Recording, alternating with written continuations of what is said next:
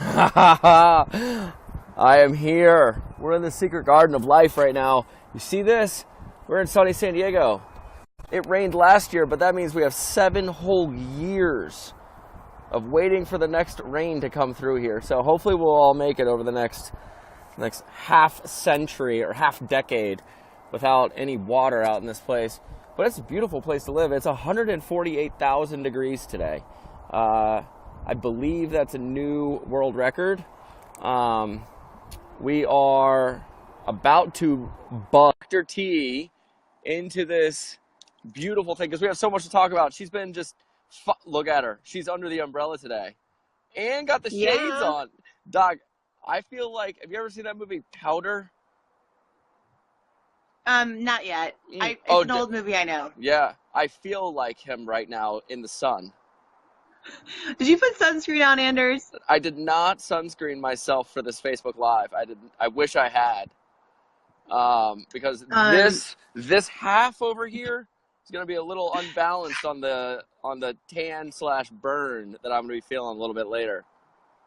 Yeah, nice. So it is apparent that I need to transfer my Android phone to an iPhone. Droid. Do you remember, did your Android, when you turn it on, does it make that noise like it used to? Like, droid. That used to be like their thing. Oh God. Yeah, we'll get you back on the Apple plan. That's all right.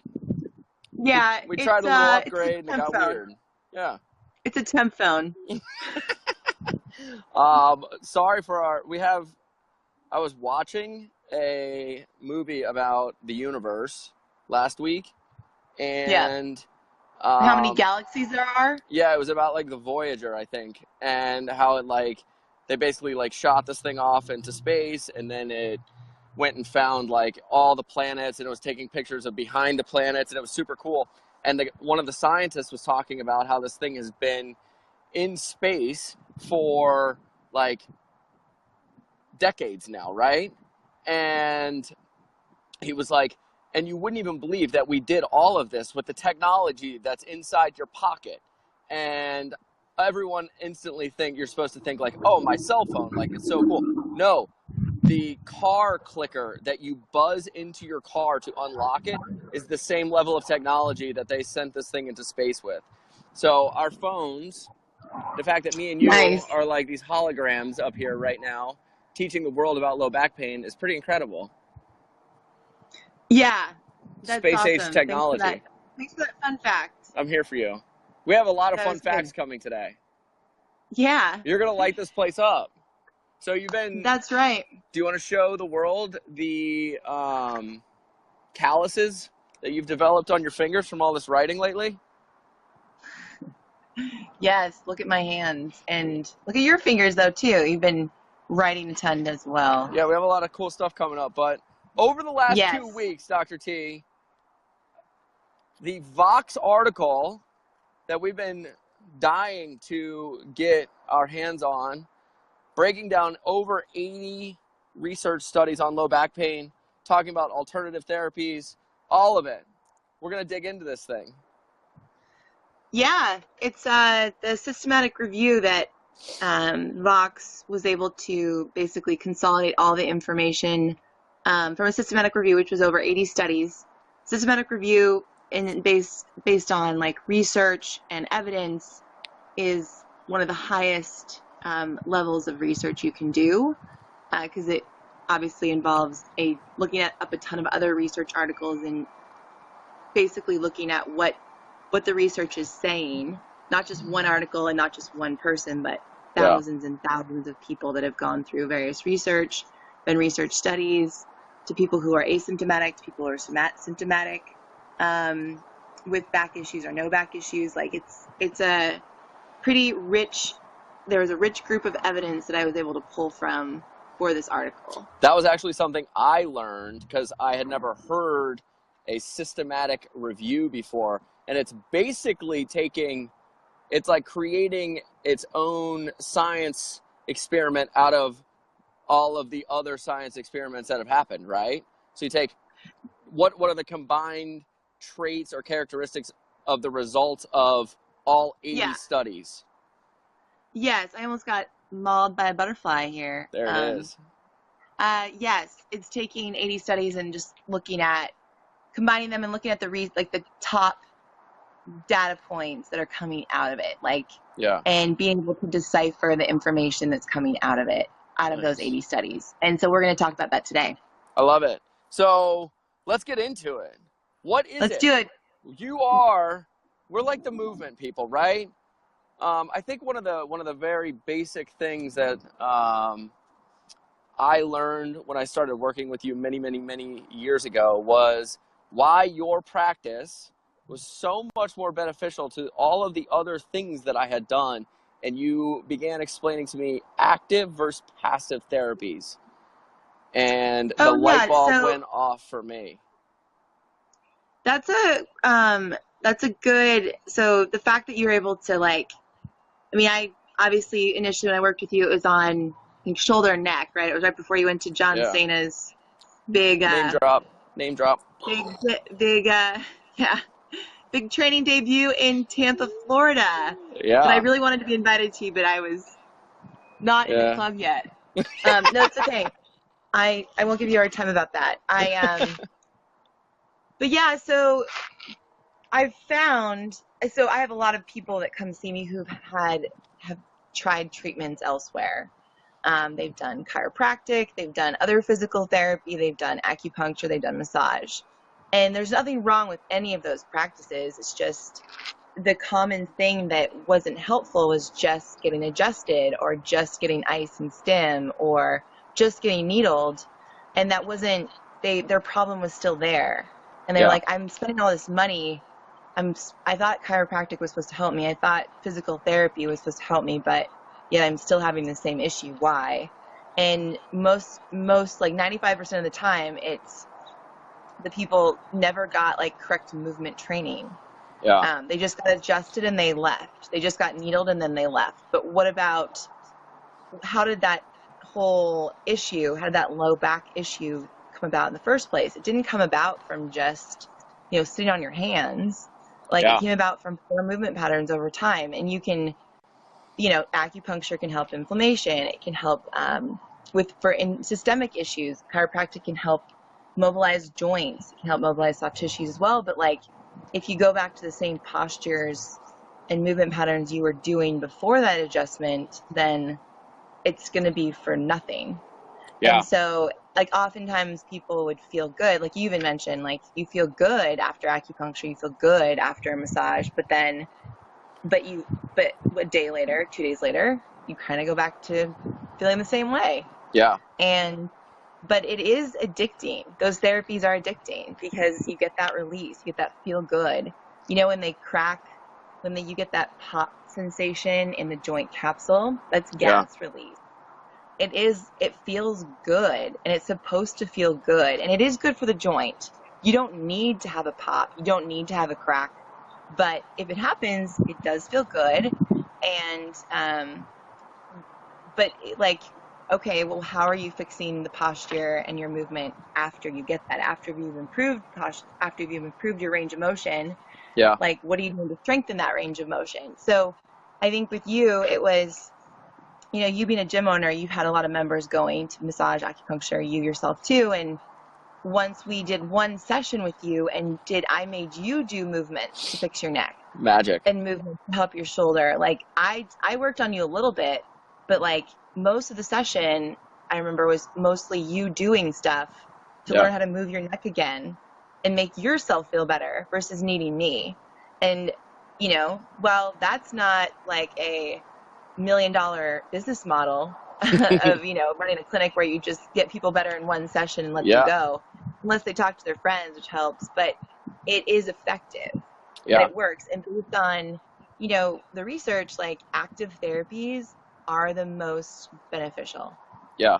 That was something that I think my story, although mine was in my neck and then kind of went down to my shoulder, which was another thing that really connected the dots of man, just because my shoulder is in a lot of pain, it has nothing to do with my shoulder or my shoulder mobility. Because if you're watching out there and you have learned about some of the techniques like lacrosse balls and maybe foam rolling, maybe some banded stuff, or like even getting into like some of the blood pressure release.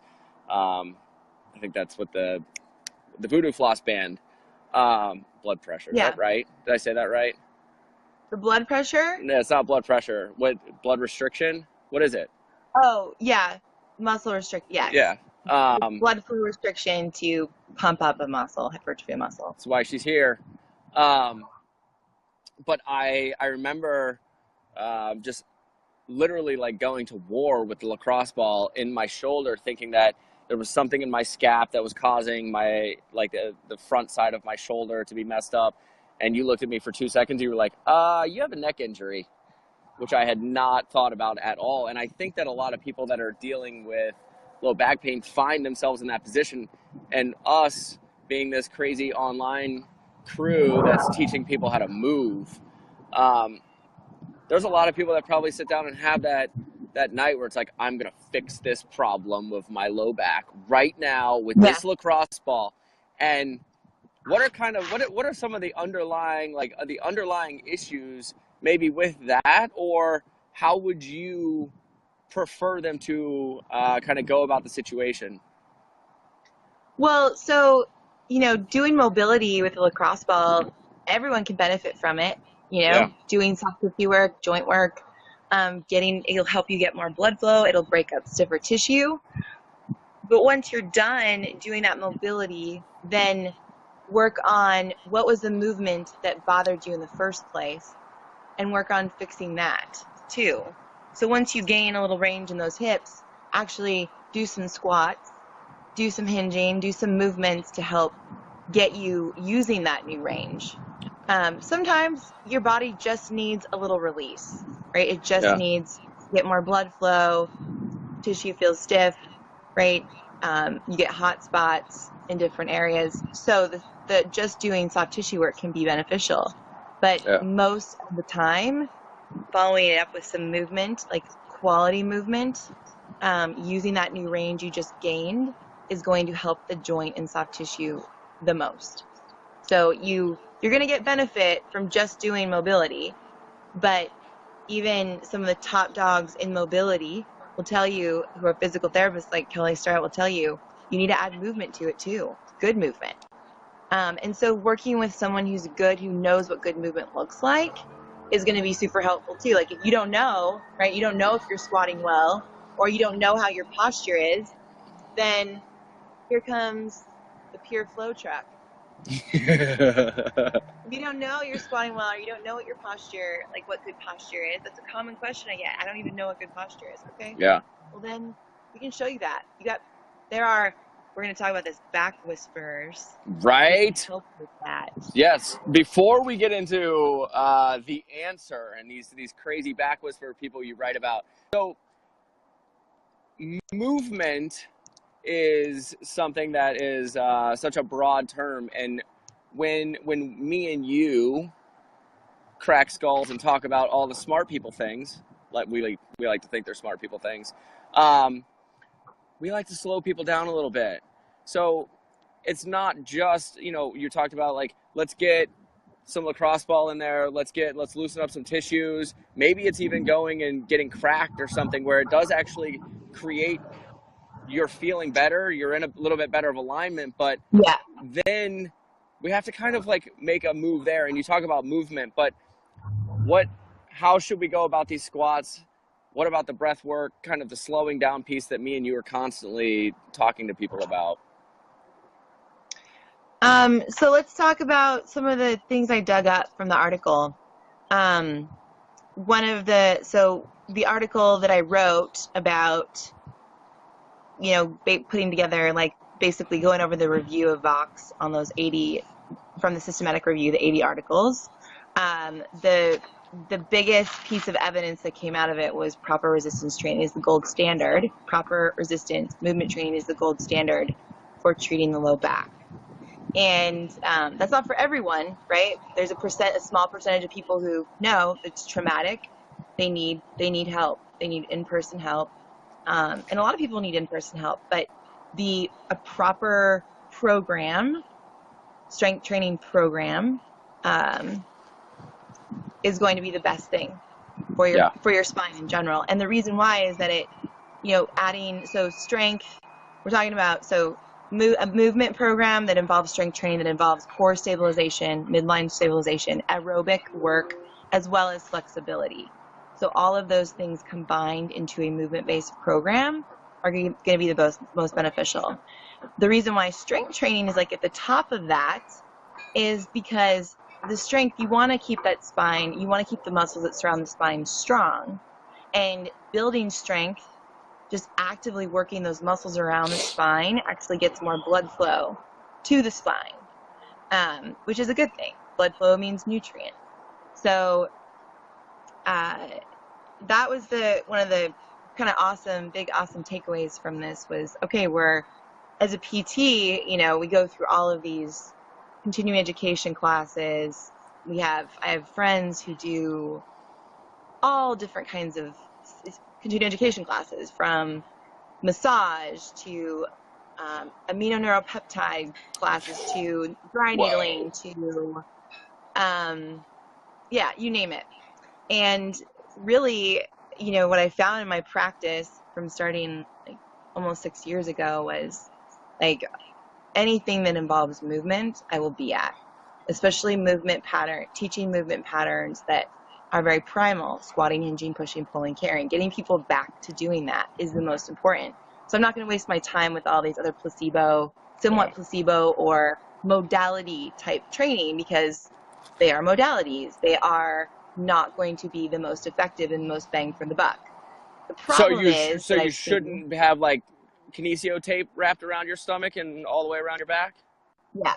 Gotcha. Kinesio tape. So yeah, like it's kinesio tape. I just had to get that in there. I just wanted to. Yeah. The nice thing about tape is that it gives you a tactile cue of, I use it a lot for posture reminders for people who just like don't realize how to set their scapula, their wing bone, or maybe they need cueing in their pelvis. But that's it. Like, yeah, kinesio tape isn't going to fix your issue, peeps. I didn't want to get you sidetracked. Yeah. You kind of threw the softball up there for me. Yes. No, coming from the sports world, people love to be wrapped in tape. Yeah. And working at CrossFit competitions, being a softball player, beach volleyball, people love the tape. It's a big advertisement. As a matter of fact, I have a friend who teaches for taping company, and it's like people make a lot of money off that. Like hey, but ultimately, it's how is that going to benefit your movement? Yeah. I mean, you don't need to spend a lot of money. It's you like, I'm not taking away from in-person care or modalities, but it is not the full answer. Yeah. I think that's the biggest thing to understand is I respect all therapies, especially if you have the right intention behind it. But musculoskeletally, if you want to help someone, you're going to want to add movement to that care. Yeah. The low back whisperers. Who are these people? And if you're watching this, you're looking at two of them possibly? Yeah. Possibly? Well, okay, so I call low back whisperers, so those people are, like in the article, they talked about low back whisperers as being good strength coaches and doctors of physical therapy. Because physical therapists are supposed to be the movement specialists. High five. Crushed it. So you got two right here. You got a strength coach, you got a physical therapist. Now, so back whispers though, so the goal is that that person, strength coach, physical therapist, movement coach, is giving you the information you need to know to move better, right? Like it's one thing to give someone a workout and just, it's easy to actually give someone a workout and get them to sweat. It's for a physical therapist, it's easy to give people modalities. Do this, put this stim on, ice, heat, stretch. That's a pretty standard response. But like a back whisperer is someone who I love that. I can't help removes it. the white coat, like takes off that white coat feel. Like, I'm a physical therapist and I want to give you all the information I know to help you get better. So you don't have to see me. Like, you can be free, physically free and mentally free. So that's the first component, is that person, that program, or people who programmed for you, understand that they're giving you all they got, all the information they got, not withholding anything, wanting you to come back for a year, whatever. They want to teach you how to be independent. The second thing is, are they looking at the mindfulness approach, right? In creating our program a year and a half ago, Anders, and like me working on my book Warrior and being a new mom and being a veteran, like the mental health component to treating your back, your spine, is really important. Those of us that carry more anxiety, maybe even suffer from depression, are going to struggle with pain a little more severely than someone who doesn't, someone who copes well with life. Who do you know who doesn't cope well with life? There's a lot of people I know who struggle with coping. Yeah. It's a common thing. So one of the most effective ways to cope is to do breath work and to move. And so we've, the second component to a back whisper is where's the mental component to what you're doing? Like, where are you trying to get someone to slow down and like take inventory of your thoughts too? So we're trying to change movement patterns, but a back whisper knows that it also is in the mind. Pain is in the mind too. Yeah. And you got to train that. And pain in the mind might not just be the spine, it might be a lot of things. And so what are you doing to create that mind-body connection with somebody? And so if they're not looking at that, then they're not a back whisperer. Right. There's two things. Yeah, I'll never, when we started doing this, the real goal was like, oh, we're just going to help all these people with low back pain. And as we started connecting with members, and I'll never just fully comprehend the scope that we can get into with that 5 minutes of just down regulation at the beginning of the program every day. And the number of people that come back and talk about how they've eliminated stress breathing, lowered their stress levels, anxiety, all of these pieces that they had no idea that were contributing to their low back pain, or the low back pain was the thing that they were focused on, when there was really like these much more like global issues of stress management, anxiety, and the program really starts to creep into all of the areas of their lives versus just fix my low back, because it's a global problem. It's not just this tiny acute little thing that happens to them. No, it is, and you have to treat the mind-body connection, or you're not doing them as that person a service. So if you guys want to kind of know the background of why we get into the mindset piece too, is, I mean, being a veteran, for me, being someone who's, had to go on kind of a long journey of working on my own mental health, like, and opening up about it in a memoir, I knew I wasn't alone. I work with a lot of leaders who struggle, right? And Anders can attest to that too. Like, we all have our own struggles, and you can better believe that does affect you in your movement. It does affect you in your life. So you got to treat both. And especially with the tactical community, I've noticed, even with myself initially, when I started to do breathwork and meditation, I was like, don't know about this. Like, this is dumb. Like, why would you do this? And that's very much a response I've gotten. So we've woven it into our program, where it's just part of your movement. So it's you're seeing this, you're getting this mindset work, but it's woven into the movement too. And we weave it in by making you slow down and be conscious of the breath, doing tempo work. But yeah, it stemmed from us needing it. Yeah. Myself needing it, and working with tactical athletes who freaking need it, and having suicide rates be going through the roof when talk therapy isn't working. It's like, okay, well, from our end, we're not psychotherapists, but we do know the science behind breath work and meditation. And we're huge. We're people that have really benefited from it ourselves. I mean, we're not just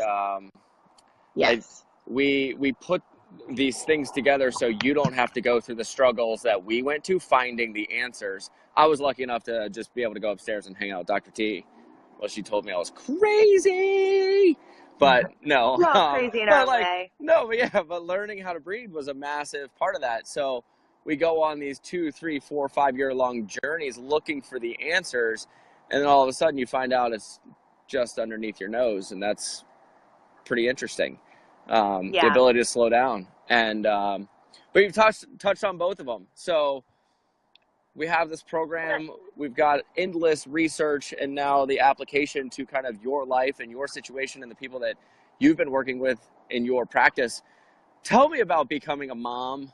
I can't become one. I can't have a baby, but your body changes from Yeah. what I understand. I think we did this whole thing for 9 months. Then you had a 12-pound Yeah. gigantic human being named Magnus come out, and Right. things change a little bit. Yeah. Well, it sure did. There's a third person in our house who expects a lot of attention. Yeah. Yeah, it was, so I think, especially running small businesses, I mean, we kind of all had a baby, it's like Yeah. you were part of our team, my husband and I, even the PTs that were working with me, we all had a baby, and the survival of the fittest, though, who Right. survived in the end. Yeah. We got Pear, we got Anders, we got myself, and it's now little Magnus, and Magnus he's is so awesome. I would say during the pregnancy was really challenging for me mentally, because there was so many body changes, energy, running a startup, all of those things were really challenging. And so my level of exercise went from, kind of high intensity training to walking and just doing a lot of breath work, just to preserve my energy, and a lot of sleeping.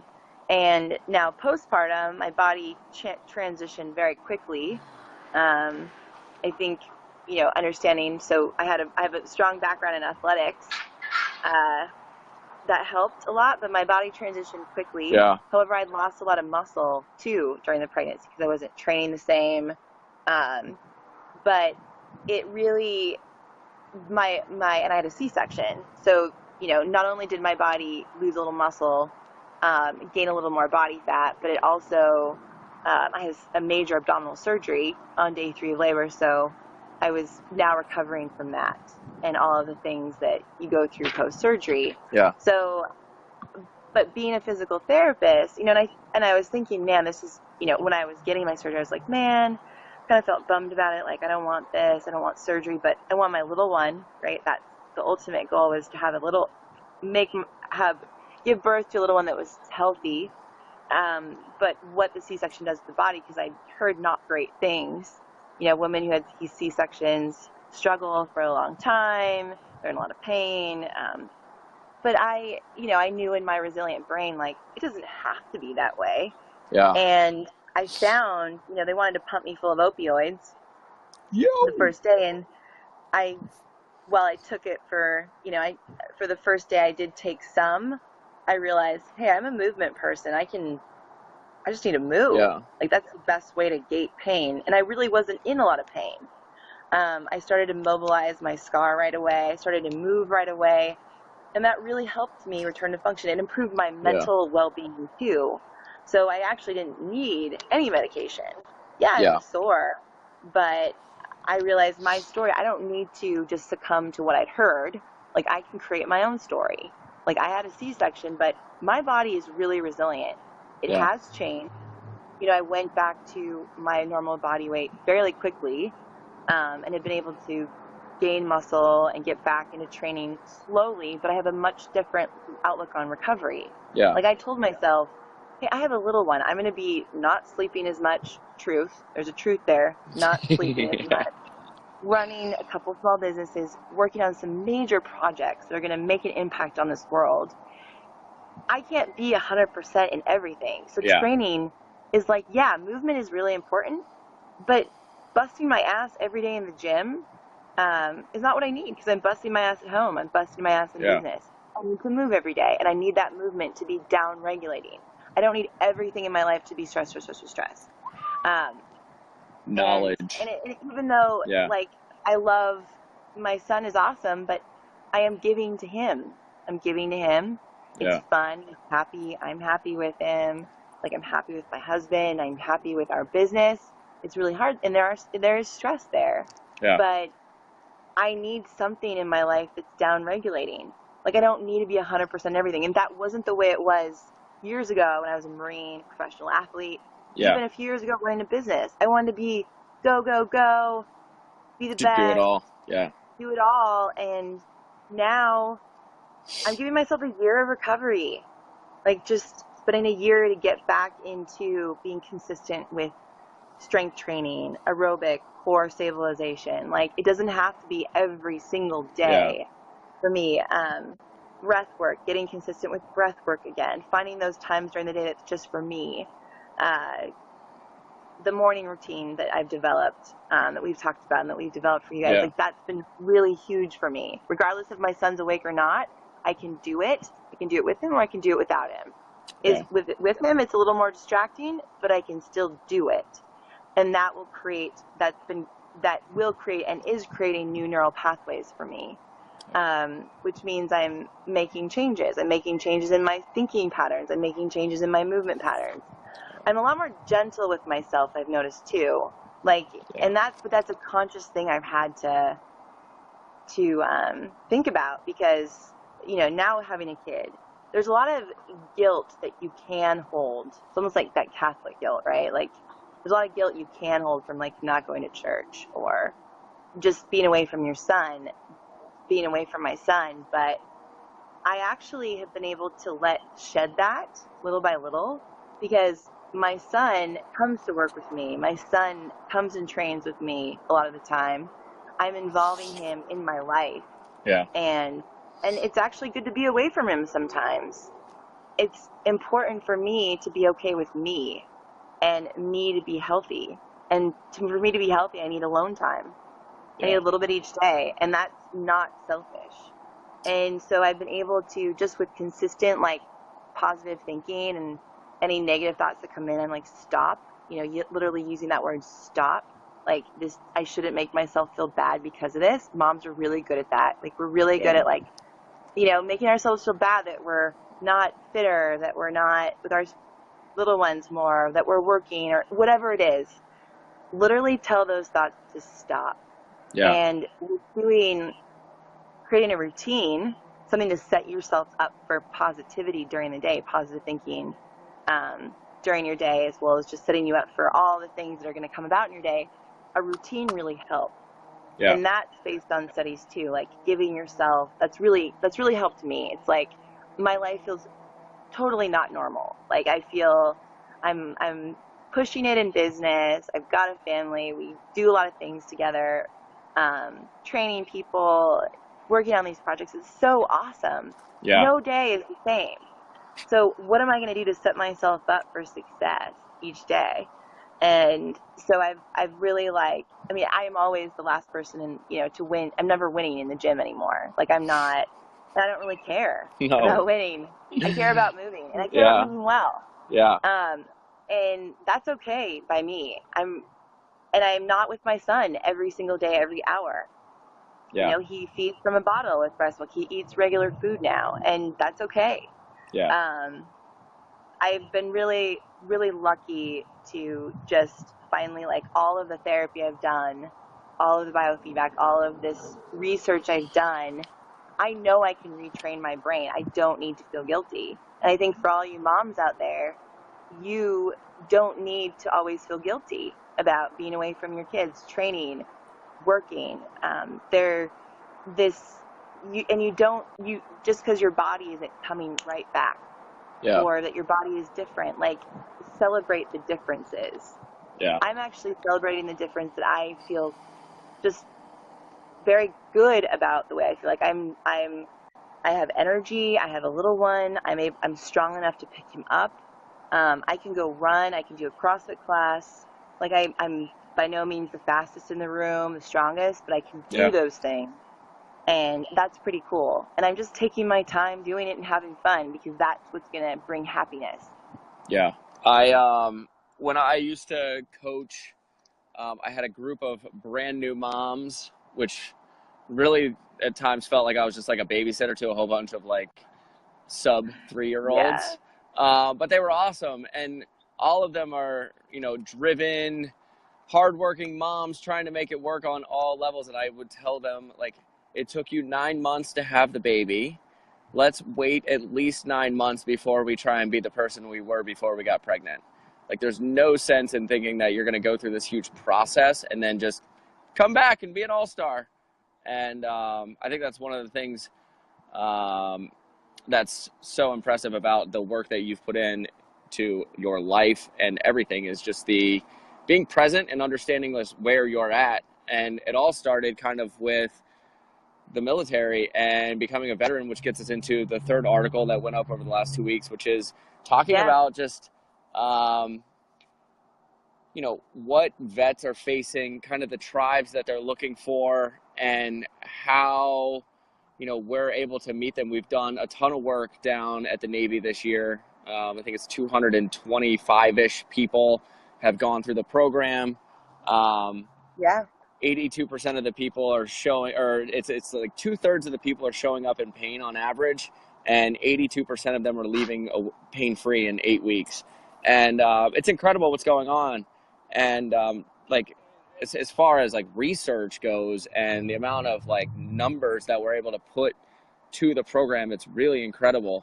But a little bit of your story and that transition, and finding, some people may have seen the email about you going through the airport in a wheelchair with back pain and not having an answer. What was kind of that transition for you and getting back to health even before you became a PT? The transition sucked.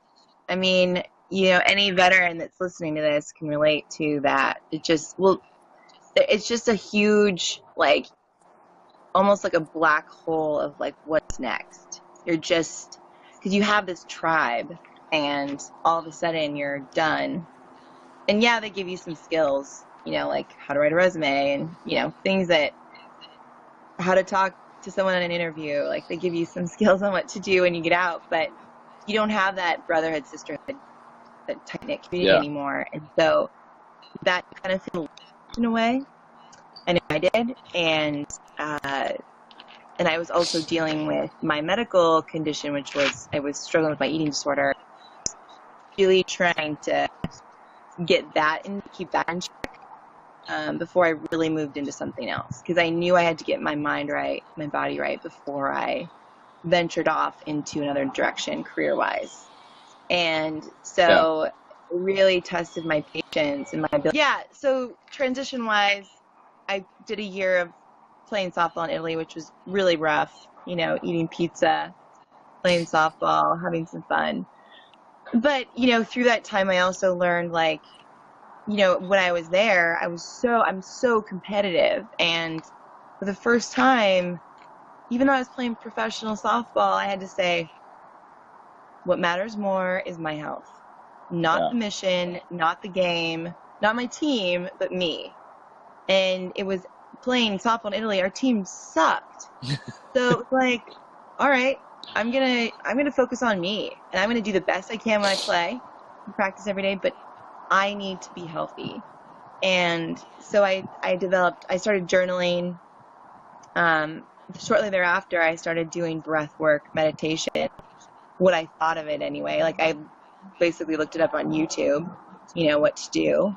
And you see all sorts of things on YouTube when you type in breath work or meditation. But I formed some semblance of a routine in the morning of trying to get my mind straight, and as well as journaling. And that was helpful, putting my mind on paper. And so the transition was rough, like playing softball and knowing that wasn't going to be my career, but was going to be my next career. But the going over there, and I mean, you practice 3 or 4 hours a day. What are you going to do with the rest of the time? Like, I was able to write. I was able to go to the beach and think and actually have time to be. And I learned what I wanted, not what my father wanted, not what I thought people wanted of me. You know, I was an engineer in the Marine Corps. Like, I want to be an engineer in the civilian world. And I realized I love fitness and I love medicine. My mother died of cancer when I was young, and I wanted to know what cancer was and what you could do to prevent it. Yet I didn't want to be a medical doctor. I didn't want to work in a hospital where I'm giving out meds and telling people to stop. Like, I want to give people hope.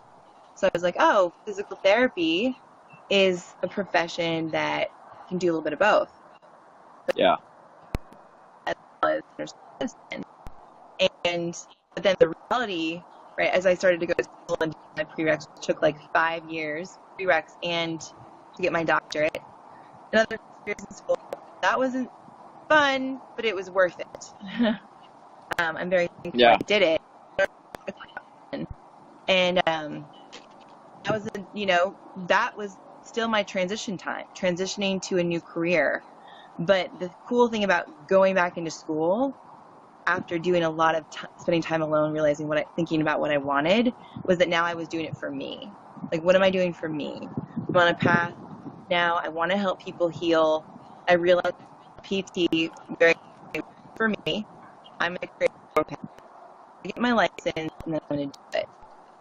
Yeah. I'm going to try people who want to do the same and make a difference in a big way. And that, has also been a journey. Like, I am when I have a goal, I go after it. And I have a vision, I go after it. And I want people around me to do the same. Yeah. And so, thankfully, I found those people. But it's actually hard finding those people. And Anders, I started my practice 6 years ago, and I met you a few years ago. Like, I would never have thought, like, working in your gym, that we would be working together. Yeah. You have the same vision. And that's the beauty of life, is like, when you're open, you slow down, you take time to connect with people around you, you'll find out who is going to be a good fit for you. I learned that through working with PTs. Like, I run a practice. PTs want to see patients, but not all of them want the same vision. So finding the right one that has the same vision, wants to work towards yours, is really challenging. But when you find it, they're awesome. Yeah. So, in a nutshell, right on. But it can be What's up? Yeah. You're breaking up a little bit. We're like 45 minutes of hanging out. This is what happens when you get wrapped into Anders and Theresa staring at each other on the phone and having a good time. We're going to have all of the articles plus a morning routine that you can download that Dr. T's been talking about throughout this entire broadcast here. But get into the comments, morning routine. All 3 articles will be posted. I'll have this on the main page a little bit later today at The Low Back Fix, thelowbackfix.com. Be there at Theresa Larson on all of the socials. We're like sending this off as if people are going to watch us. I'm Anders Varner. This has been awesome. We'll see you guys.